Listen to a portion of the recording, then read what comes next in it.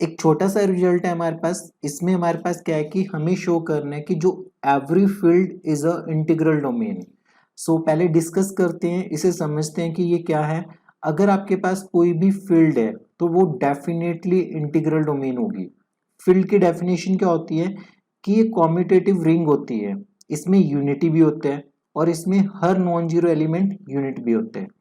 तो फील्ड की आपके पास ये तीन चीजें डेफिनेशंस है। और इंटीग्रल डोमेन की डेफिनेशन क्या होती है कि कॉम्यूटेटिव रिंग होता है जिसमें without zero divisors, without zero divisors. तो हमें ये शो करना है कि जो फील्ड है वो इंटीग्रल डोमेन है। मतलब कि आप फील्ड लेके चलोगे और आप ये दोनों कंडीशन सेटिस्फाई करवा दोगे। फर्स्ट कंडीशन तो ऑटोमेटिकली सेटिस्फाइड है क्योंकि कॉम्यूटेटिव रिंग फील्ड है, तो फील्ड की इंटीग्रल डोमेन की ये वाली कंडीशन सेटिस्फाइड है। हमें सिर्फ ये शो करना है विदाउट जीरो डिवाइजर्स वाला, राइट। और इसका कन्वर्स केस कि इंटीग्रल डोमेन क्या फील्ड होते हैं, तो इसका आंसर है नहीं, इंटीग्रल डोमेन फील्ड नहीं होता। जैसे सेट ऑफ इंटीजर्स है, ये आपके पास एक इंटीग्रल डोमेन है पर ये फील्ड नहीं है। क्यों नहीं है फील्ड?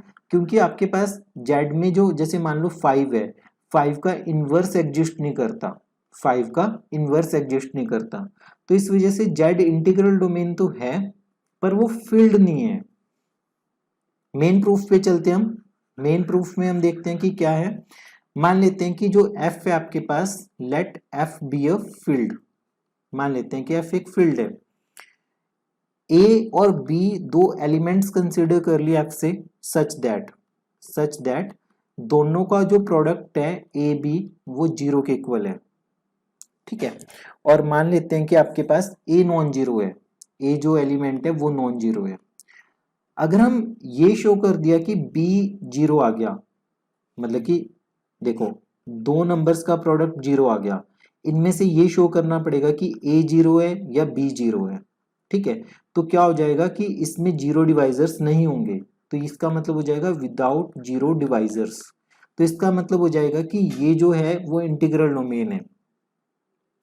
तो हमने कंसिडर किया A B equal to zero क्योंकि आपके पास एफ एक फील्ड है, एफ क्या है? फील्ड है।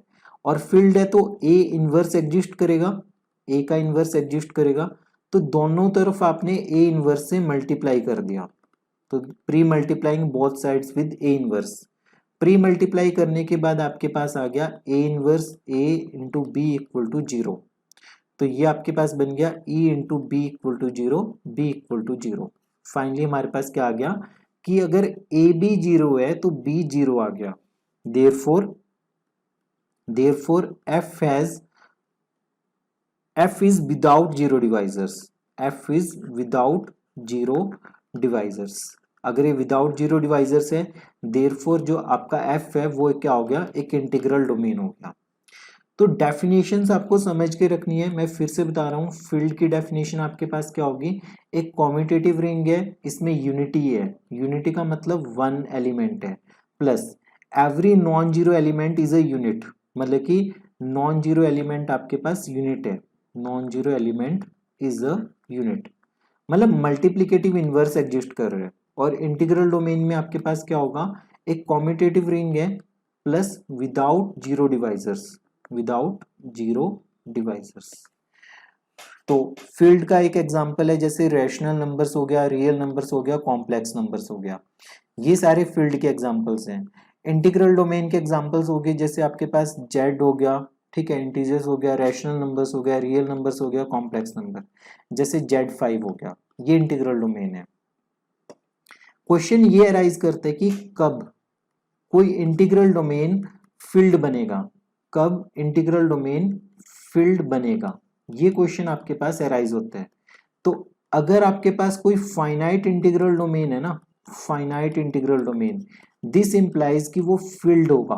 जैसे Z5 है, Z7 है या फिर Z3 है, ये सारे इंटीग्रल डोमेन है और ये सारे फील्ड भी है, ये सारे क्या है? फील्ड भी है। तो यहां से आपके पास एक रिजल्ट आता है कि जो जेड पी है, अगर पी एक प्राइम नंबर हुआ, अगर पी एक प्राइम नंबर हुआ तो वो आपके पास फील्ड होती है, वो क्या होती है? फील्ड होती है। डिस्कस करेंगे ये नेक्स्ट वीडियो में। ये बहुत इंपॉर्टेंट रिजल्ट है कि प्राइम